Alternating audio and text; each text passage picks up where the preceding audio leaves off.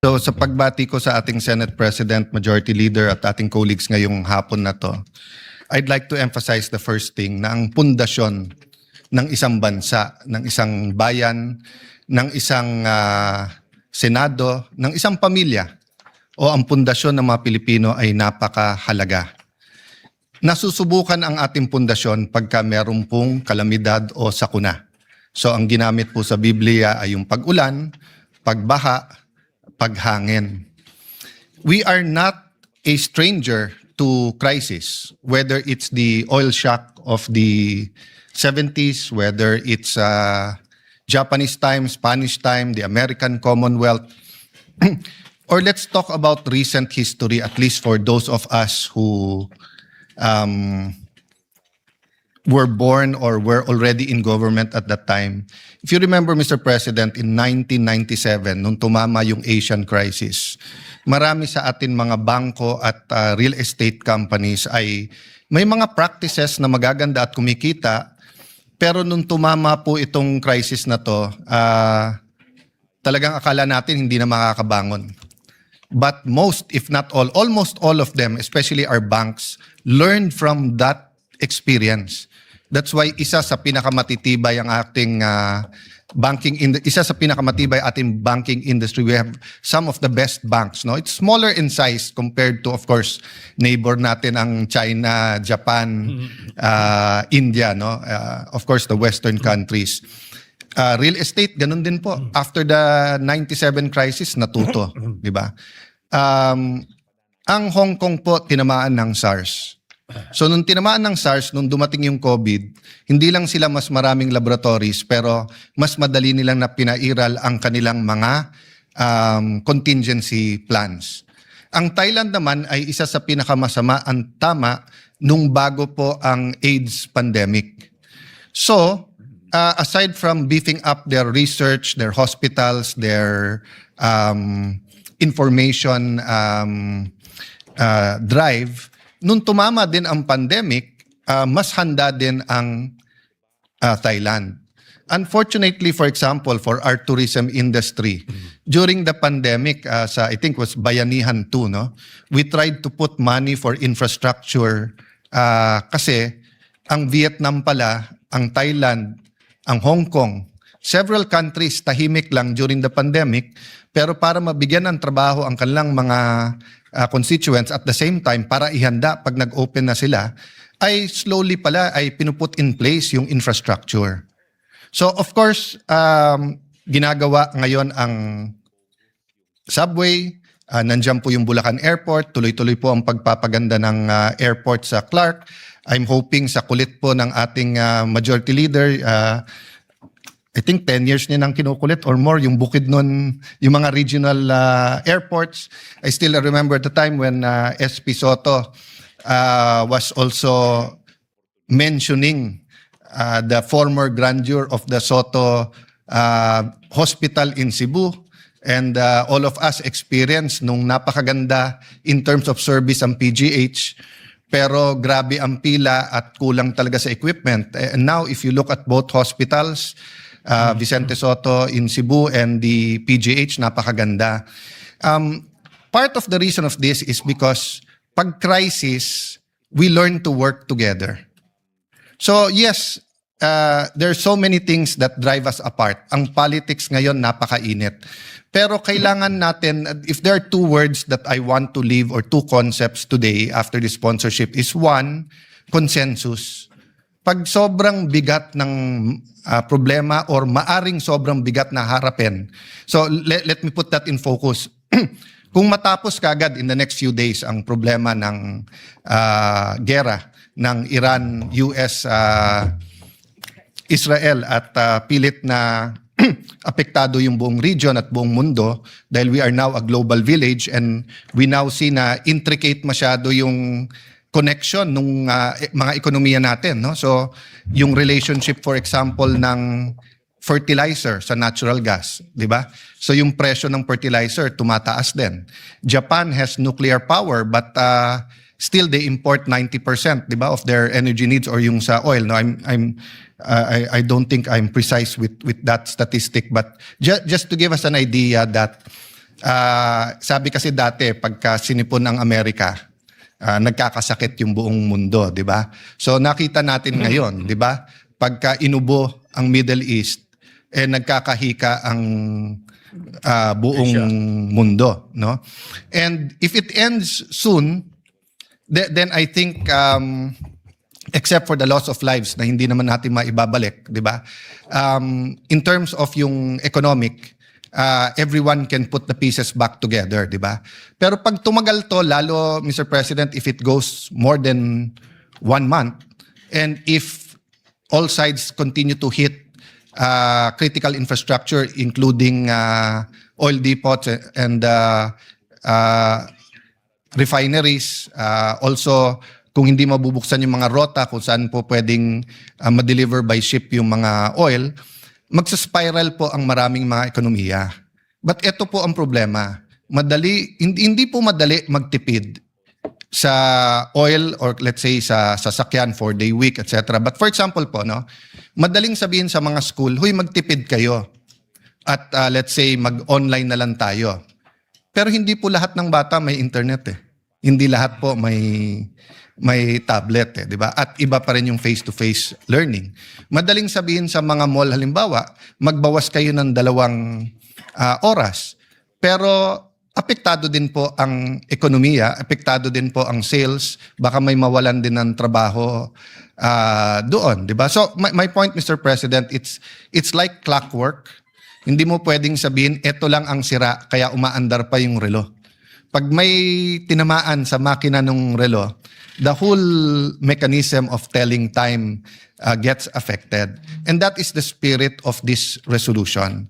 To call on the executive, dahil sila naman po ang tinalaga ng ating konstitusyon, to build a consensus with the private sector, with the local governments. To be fair, they are doing that. Nag-announce kagad sila ng mga measures. I think this afternoon yung mga mayors committee ni dating Senador at Secretary Ralph Recto, Executive Secretary, about yung ibibigay na ayuda or subsidy sa ating pong mga jeep at tricycle. But we were discussing in the lounge with Senator Hontiveros. He was saying nga na sa Germany, no? Sinubsidize nila yung mga mass transportation. Para nga hindi lang masigurado na kaya ng mga commuters, lalo pag sila'y manggagawa, senior citizens, estudyante, but also to dissuade people from their private vehicles, no? So, yun po ang nakikita kong kulang. It hasn't reached a point na consensus. So I said 2 concepts. One is consensus. The second concept is alignment. I've learned in my Christian life, it's not enough to do good. It's not enough to read the Bible and try to act in accordance with the Bible. You have to continually ask God, where do you want us to be? And then to align. Diba? Kasi if it's good to put up a pharmacy, it's also good to put up a farm. Pero sinasabi ng Diyos, wala nang pagkain, hindi nyo ma-import, put up a farm. You have to align. So napakaraming magagandang panukala ngayon, but is it aligned with the national government, the local government, and the private sector? So yes, Mr. President, sa resolution na to, 15 days lang po nilagay natin. It's because in 15 days, we would know if the crisis is getting bigger or kung wala na. So I don't think there's a problem that we expect the worst or prepare for the worst. Kung hindi, nandyan yung contingency plan. Lastly, Mr. President, let's not miss opportunities. Ang lahat ng crisis, may winners, may losers. Ang problema, minsan big winner, minsan big loser. And ang problema, Mr. President, usually ang loser is yung mahirap. So mahirap na tao, mahirap na municipality, maliliit na businesses. Usually, yun ang talo kasi medyo talikamay nila eh. Pero dun po sa mas malalim ang bulsa, nakikita nila yung opportunities eh, di ba? So, for example, kung lahat ng pera mo nasa stock market bumagsak, wala ka ng choice kung hindi hintayin na lang. Or i-withdraw or ibenta mo, lugi ka na. Pero yung sobrang lalim ng bulsa, pagbaksak, time to buy. And then gaganda na naman. So, there are things that will divide us. For example, nuclear power. Some of us believe in it, some don't. But for example, electric vehicles. no? Parating sinasabi electric vehicles kasi gas-led din naman yung mga power plants natin, but that's not always true, no? So the point, Mr. President, is this is to prepare us not only for the challenges but also for the opportunities. And although there has been Supreme Court decision saying na hindi pwede yung executive legislative, meaning may gagawin yung executive na actual body and then may member ang executive. But I think if it's consensus building, kung sino man yung mga chairman natin na critical sa nangyayari, makakatulong na magsama-sama. And lastly, Mr. President, as I close and as I pray that God will show us the opportunity, show us the challenges, strengthen us, help us to have a little bit, kung hindi man total, a little bit of political ceasefire at mag-focus muna sa maaring malalaking problema. May I ask that as a gesture with your permission that all members become authors of this resolution. And of course, if there are any amendments, whether to style or substance, it is by no means a perfectly crafted resolution. Thank you, Mr. President, and I submit to the direction that the majority leader wants regarding the resolution. Well, I have been browsing through it, and I saw that there are 23. You are the principal author, but there are 22 other co-authors. I can be made a co-sponsor, the lone co-sponsor. That would be an honor, Mr. Because I'm President. the only one who did not sign because I was late. I was not able to read it before you filed it. Well, you're only late once. I'm late all the time, Mr. President. So it will be an honor if you will be the principal sponsor. I will be honored if I am made a co-sponsor of the measure. And all the senators listed as co-authors remain as co-authors. Majority Leader. Thank you very much, Mr. President. We have another member who wishes to also co-sponsor the measure. May we recognize Senator Joel Villanueva, Mr. President.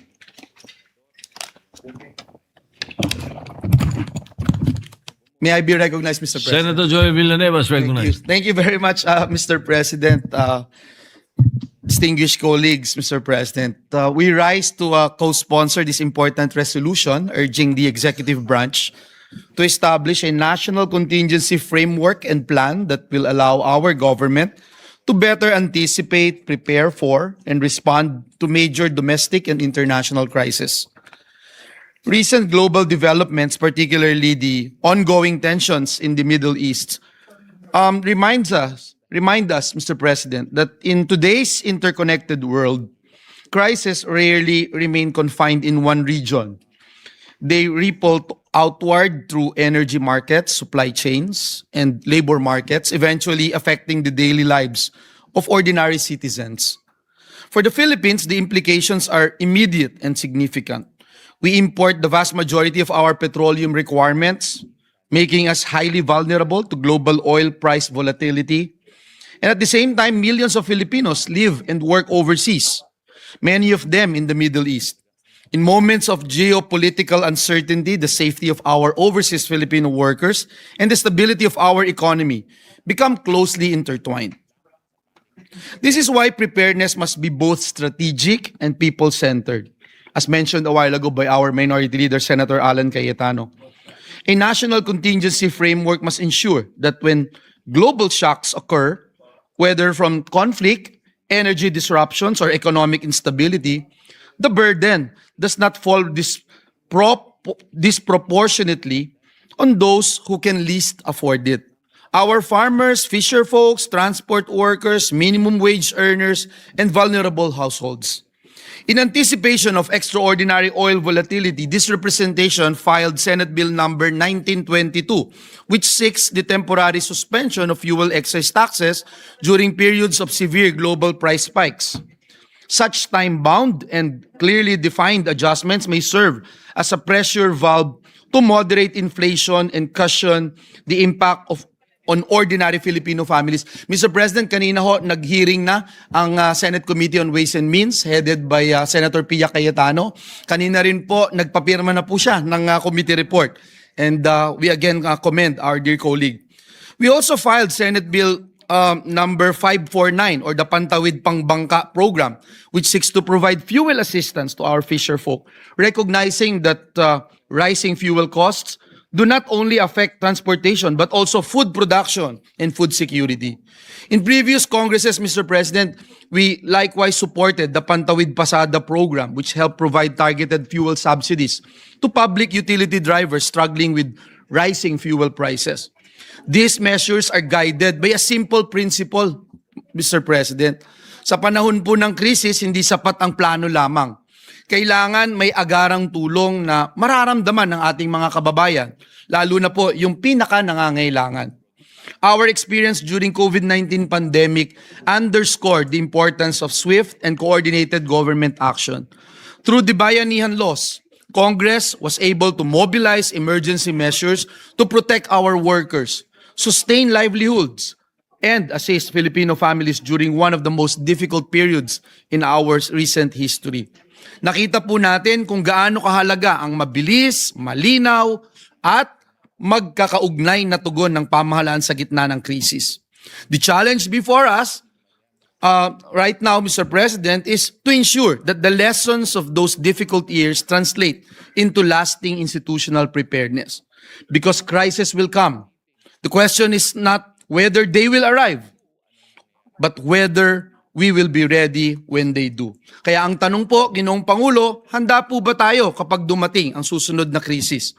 And for these reasons, we echo the call of this resolution for the swift development of a comprehensive national contingency plan guided by a whole of government and whole of nation approach. Ang paghahanda po ngayon ang pinakamabisang panangga ng ating bansa para bukas. We express our full support for this resolution. Maraming salamat, Ginoong Pangulo, and may God bless us all. Thank you, Senator Joel. Majority Leader. Thank you very much, Mr. President. Thank you to our sponsors. No other members wish, for the record, the co-sponsorship speeches of Senator Robin Hood Padilla and Senator Jingo Estrada will just be inserted into the records, Mr. President. For the record. Minority Leader. Mr. President. Sorry, Majority Leader. Yes, sorry.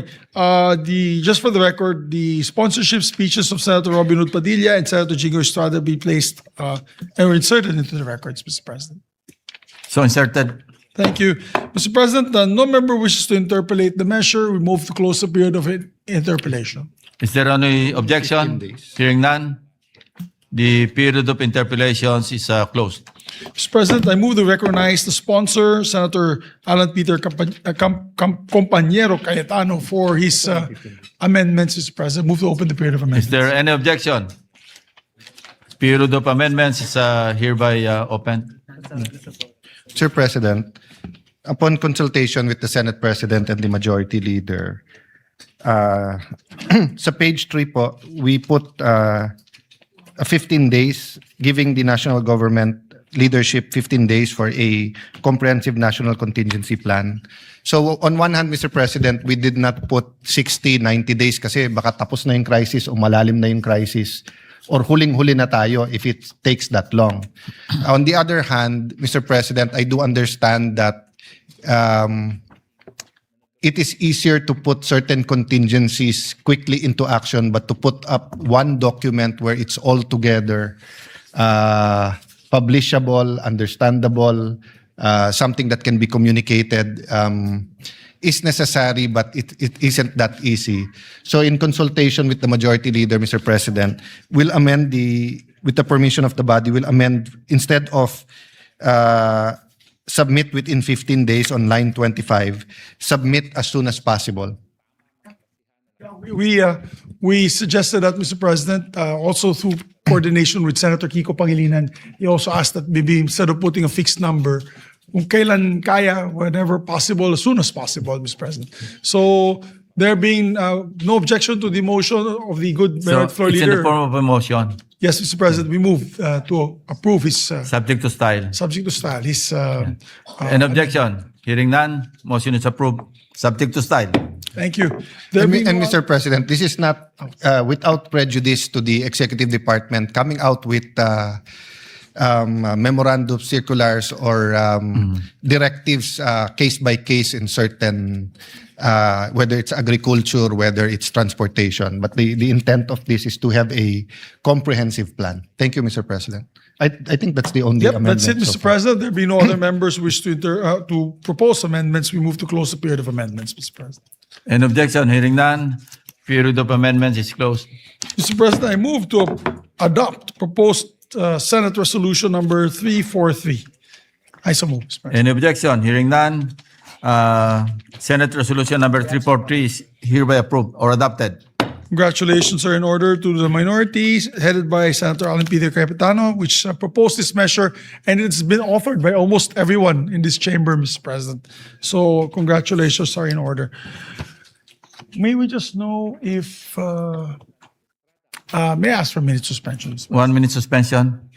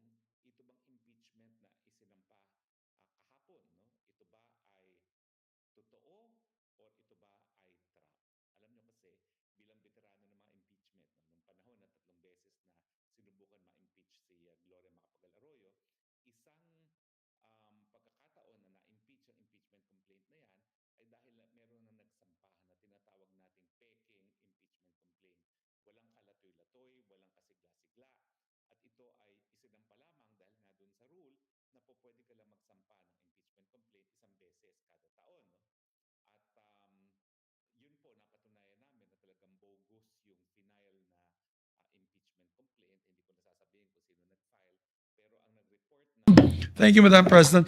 Madam President, I move that we consider proposed Senate Resolution number 307. I so move, Mr. President. move The consideration of Senate Resolution 307 is in order. Thank you, Madam President. Madam President, may we recognize the sponsor, Senator Alan Peter Cayetano, and to interpolate our distinguished colleague, Senator Panfilo, the Senate President Pro Tem, Panfilo Ping Lacson. To sponsor the resolution, the Minority Leader, Senator Alan Peter Cayetano, is recognized, and to interpellate the Senate President pro tempore, Senator Ping Lacson. Thank you, Mr. Madam President. Senate President. It will be a privilege to answer questions from the very important pro temp VIP. This is more of a manifestation of support rather than interpellation. However, Mr. President, with the permission of the distinguished minority leader, I would like to be clarified first on the definition of extraordinary rendition. How would you define in your own terms, extraordinary rendition? Medyo matapang lang po, natatapangan ako doon sa extraordinary rendition. At the proper time, maybe I can introduce some amendments to just soften the language used. Actually, Mr. President, I had the same reaction when my staff showed me the draft because some of them have exposure in international law. So vis-a-vis ordinary rendition. So ordinarily, a local court issues the warrant, and then if there's an extradition request, then based on the extradition request, it's given to a local court. The local court will then issue its arrest warrant and then would allow the extradition. But for countries who allows extraordinary rendition, so some countries do not allow. For example, Venezuela, pero kinuha pa rin yung leader nila. So I think that was the intent to just emphasize that if it's not an extradition request, it will be a extraordinary rendition of arresting and what's the better word, of exporting or of extraditing a Filipino. Yeah, I have a definition of extraordinary rendition. Refers to the transfer of a person, usually a suspected terrorist or criminal, from one country to another without formal legal procedures, often to a country where the person may be interrogated outside normal judicial safeguards. So it's quite strong, Mr. President. Yes. And if we're dealing with the ICC, I don't think the proper terms or any country that we have extradition treaty with, mukhang I think we should change the language from extraordinary rendition to another. Yeah, just to explain, Mr. President, and then I have no objection to changing it. It is really used by defense lawyers, not only in the ICC but other courts, when someone is taken from their country and brought to the international courts without first passing the local courts. But as you said, Mr. President, it's not only kasi may connotation by Yes. denotation. So I would be amendable to protect all Filipinos from extradition, but extradition in the general sense, not in the extradition defined in our law vis-a-vis. The complication here, Mr. Why President. not just use rendition? Because rendition simply means handing over a suspect to another jurisdiction, whether it's another country or an international court. I remember, Mr. President, in the Anti-Terrorism Act which I sponsored, there's a provision there prohibiting extraordinary rendition because we are referring to a terrorist. Kasi ang connotation, pagka sinabing extraordinary rendition, parang kinindap ng CIA, tas dadalhin sa kanila para interrogate Yes. without going through the normal judicial processes. Point is well taken, and I see. Mr. President, would the term extrajudicial rendition be acceptable? Because basically, the point of the resolution is that kung sumama kusa yung in-extradite, no problem. Pero kung tingin niya dapat punta siya sa korte, hindi dapat extrajudicial, dapat may judicial process. So would Correct. extrajudicial rendition As in the case of the former president. I'm amendable to taking out that paragraph because I want to look at this prospectively. I think there will be some political color if we Yes. talk about what happened in the past. And besides, Mr. President, that case is with the Supreme Court. So the bottom line of this resolution is that if for whatever reason, a mistaken identity, sinasabi ng tao, hindi ako yan, sinasabi ng tao, he's innocent or wala tayong treaty doon, he can run to court before he is removed from the country. Yun lang naman po. Thank you, ang Mr. intention, President. Maybe we can, we can use extrajudicial rendition. Because if the person arrested by the custodial state will not go through the local court, at least for authenticity. My next question, Mr. President, is: are you familiar with the Article 59 of the Rome Statute? Yes, Mr. President. It's very clear here, no? In, I'll just read for the record some of the salient provisions here. No? kailangan domestic. Number one, a state party which has received a request for provisional arrest or for arrest and surrender shall immediately take steps to arrest the person. That's a given. Ano? Number two, a person arrested shall be brought promptly before the competent judicial authority in the custodial state, which shall determine in accordance with the law of that state that the warrant applies to that person, the person has been arrested in accordance with the proper process, and the person's rights have been respected. No? Meron pa nga rito na the person arrested shall have the right to apply to the competent authority in the custodial state for interim release. Pwede pa nga mag-request ng interim release eh. But of course, pag ginrant yung interim release, the custodial state will have to inform the ICC or the International Court. So it's very clear even in the Rome Statute na hindi pwede yung basta pagka-aresto, diretso sa aeroplano para i-deliver. Yes. No? And it's the Rome Statute. It's I agree with your interpretation, Mr. President. Not only as a senator but as the former chief PNP. Ang point ko lang kasi dito, Mr. President, in the previous constitutions, the Constitution allowed other authorities to issue warrant of arrest. But in the 87 Constitution, it's very clear, it's only a judge. And kailangan may personal Knowledge. examination. Yeah, personal examination. So, if you look at the ICC comprehensively and of course Article 59, ang keyword dyan is complementarity eh. Dapat nagko-complement yung dalawa. So, if you look at UK, Canada, South Korea, for example, Mr. President, Argentina, Paraguay, South Africa, all of them have provisions, whether it's arrest to extradition or whether it's surrender, it gives the individual being arrested an opportunity to run to their local courts. So, I agree. I completely agree, Mr. President, because it is an utter disrespect to the local court or local authorities to just, without passing through the normal judicial process here, at least for authentication, for verification, the person that has been issued the warrant of arrest will just be brought out of the country. So, but some legal experts are invoking RA 9851, yung sa Crimes Against Humanity. And mind you, Section 17, malinaw din po rito na hindi naman po mandatory. Hindi ito yung kailangan pagka that's the section. nahuli, kailangan i-turn over.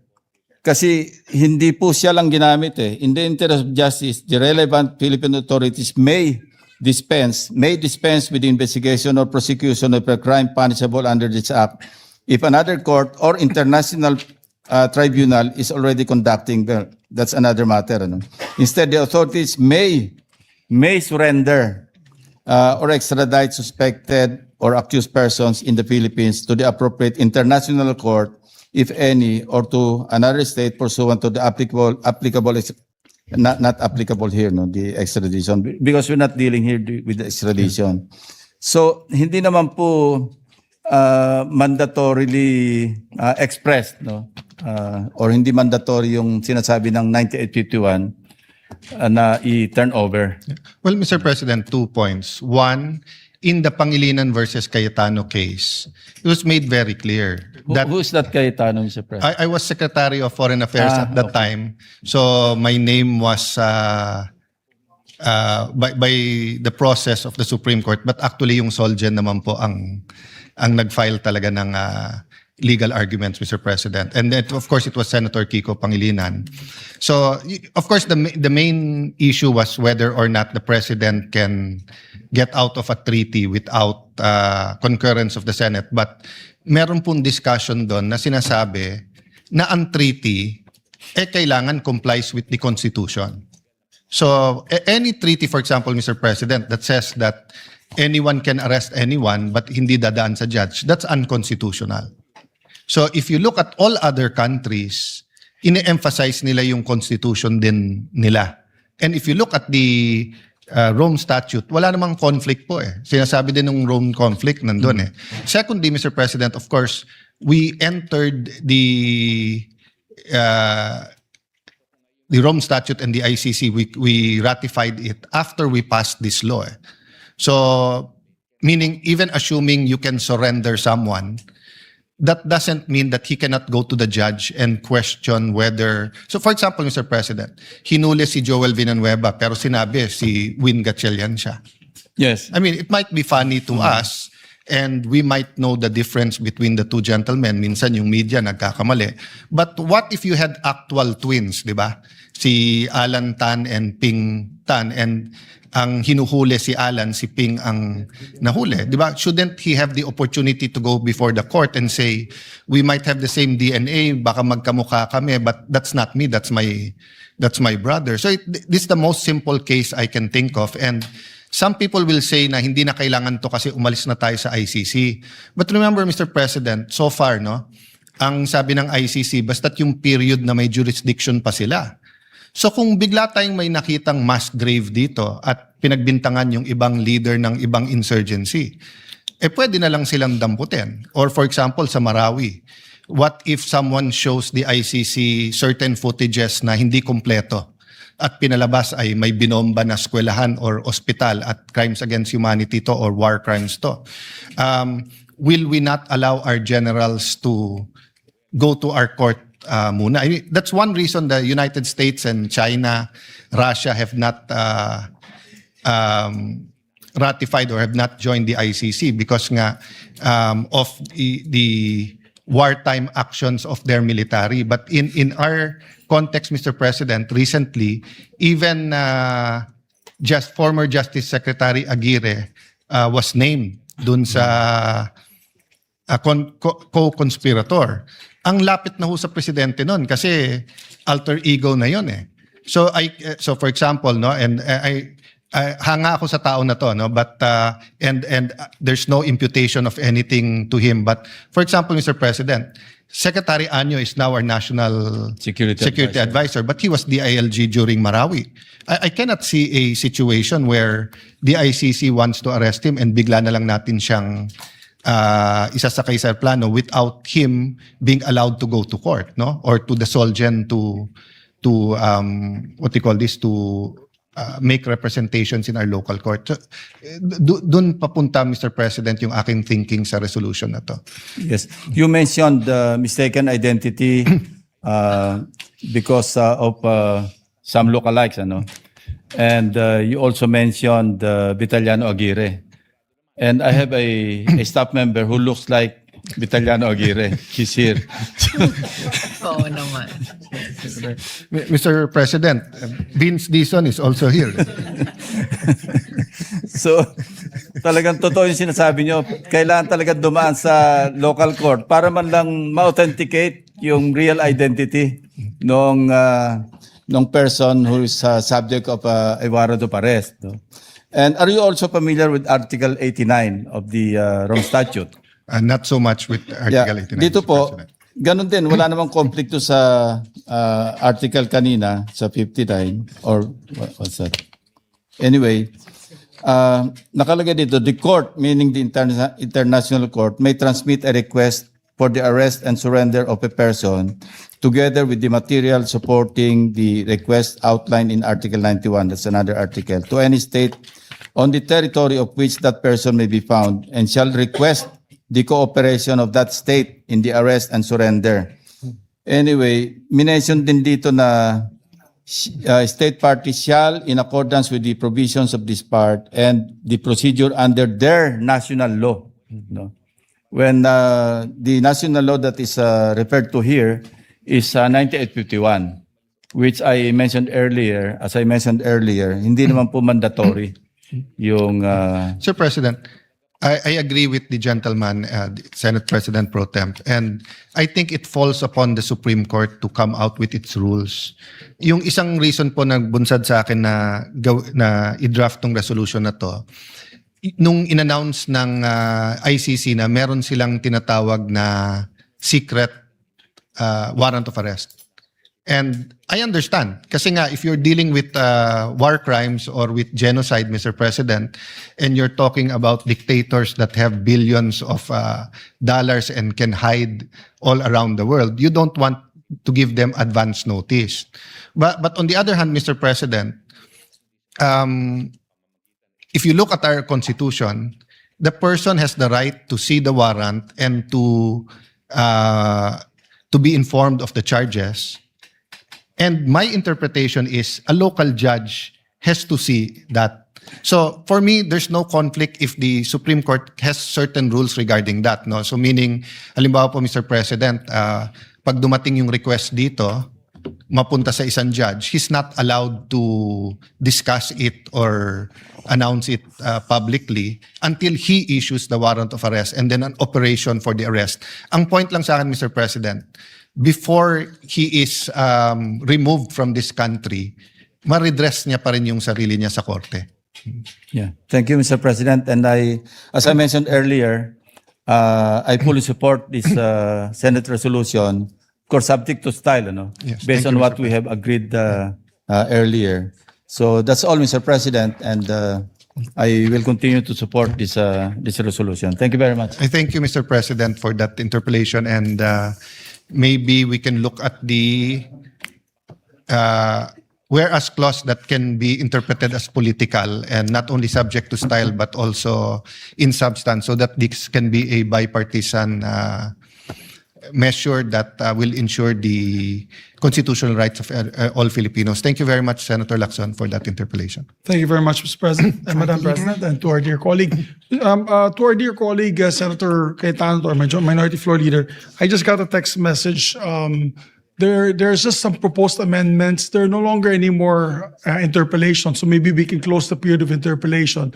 And on Monday, I believe the Senate President would like to propose amendments together with Senator Lacson and Senator Kiko Pangilinan as well. Yes. So if it's all right, we can close the period of interpellation. For And the Mr. moment. President, our staff can also Work together. discuss so that we can consult everyone and reword it. I think it's a good day and a good opportunity to just clarify this. And may I just emphasize again, in the end, unless kasi we amend this Republic Act or come up with a new law, which will take time, it really falls, this is really a sense of the Senate.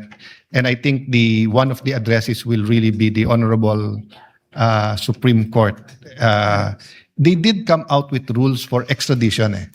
But I think there was a statement that it might not be applicable to rules of surrender under this RA. So maybe some clarity will come out of this. So again, thank you, Majority Leader, and to Thank you. our Madam Senate President. So with that, Mr. President, Madam President, the status is that we are After closing, after close. may manifestation. Monday pa tayo magko-close. Monday pa. The Senator, Interpellation, yes. With that, Mr. President, Senator Bamakino pala wants to interpellate still on Monday, if that's all right, sir. Minority Floor Leader. I just got the message. He's not here. He's out of town. So with that, Mr. President, we move to recognize first before we suspend consideration, Senator Christopher Bongo. The gentleman from Davao, Senator Bongo, is recognized to interpellate. Mr. President, in relation to our effort to protect all Filipinos against extraordinary rendition, allow me to deliver a manifestation. Actually, it's not a interpellation. To Mr. deliver a President- manifestation, the gentleman is recognized. Mr. President, members of this August chamber, I rise to today to mark a date for many Filipinos will never be forgotten. Nagkataon rin po ngayong araw na ito, exactly March 11.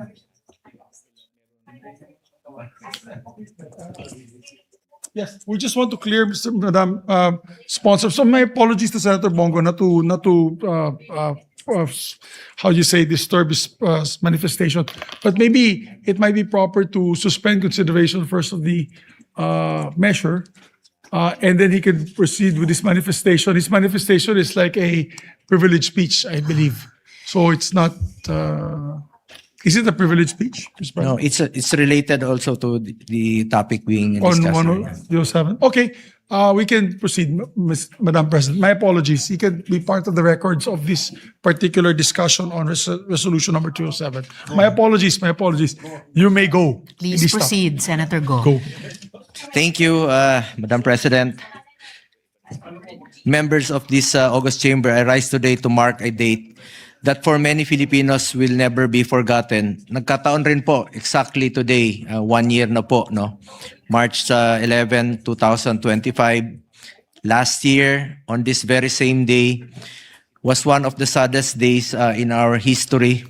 It was a day when emotions ran high across our country. A day when millions watched in disbelief as former President Rodrigo Duterte was taken and brought in The Hague.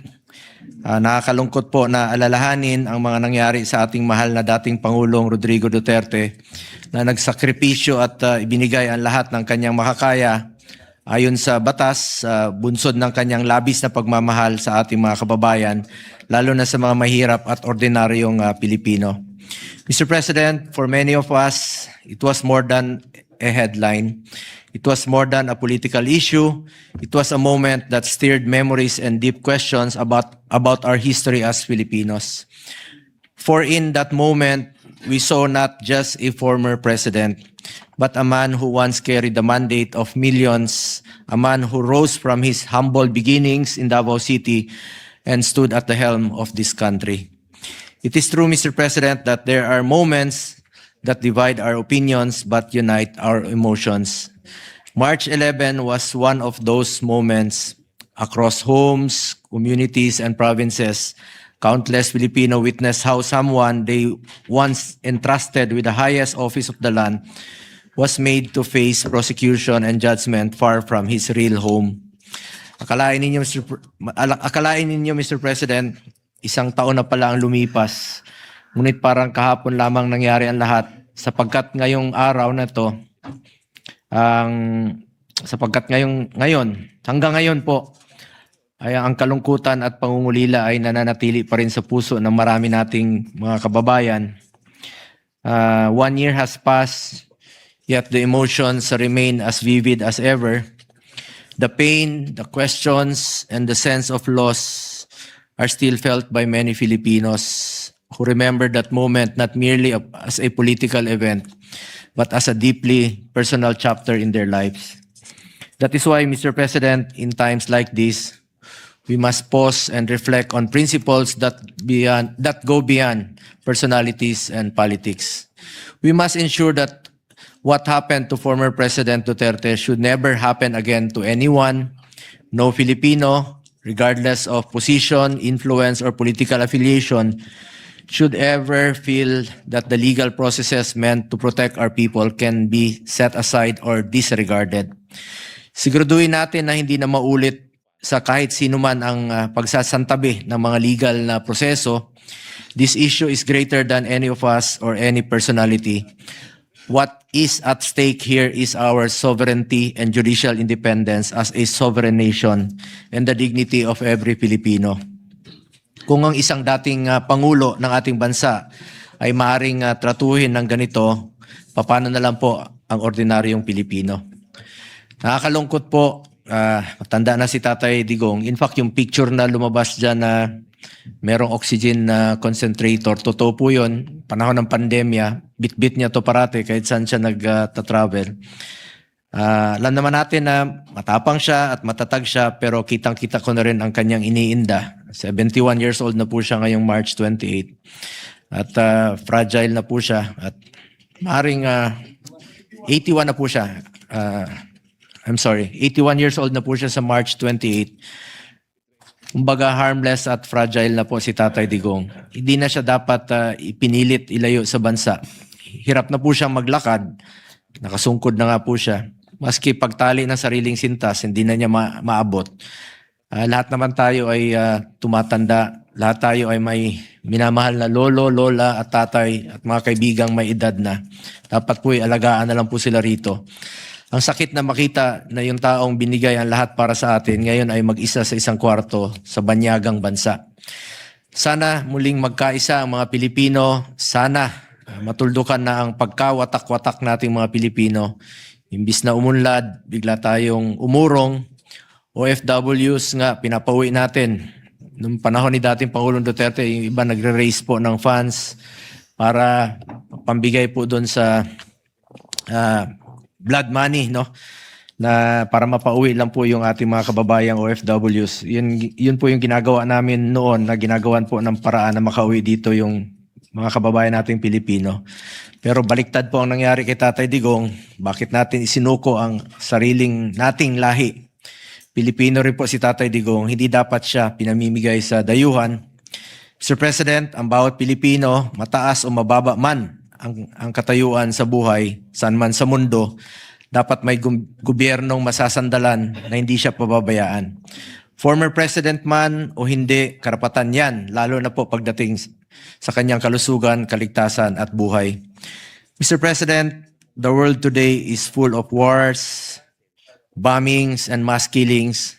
Walang kasiguraduhan ang bukas para sa lahat. We will never know what will happen tomorrow, and in times like this, let us take it as a call for Filipinos to come together. Let us stand as one, no matter our status, our color, or our political beliefs. Siguraduhin natin na ang bawat Pilipino, anuman ang kanyang estado, kulay at paniniwala, o kinabibilangan sa politika, ay protektado at nirerespeto po ng estado. And today, wherever history ultimately places our former President Duterte, one thing remains undeniable. He became a defining figure in the lives of millions of Filipinos. Finally, Mr. President, I humbly ask for everyone's prayers for former President Rodrigo Duterte, prayers for his health, his safety, and his well-being. May he be protected, guided, and keep strong as he faces the days ahead. Maraming salamat po, Mr. President. Majority Leader. Yes, thank you very much, Mr. President, Madam President. Madam President, to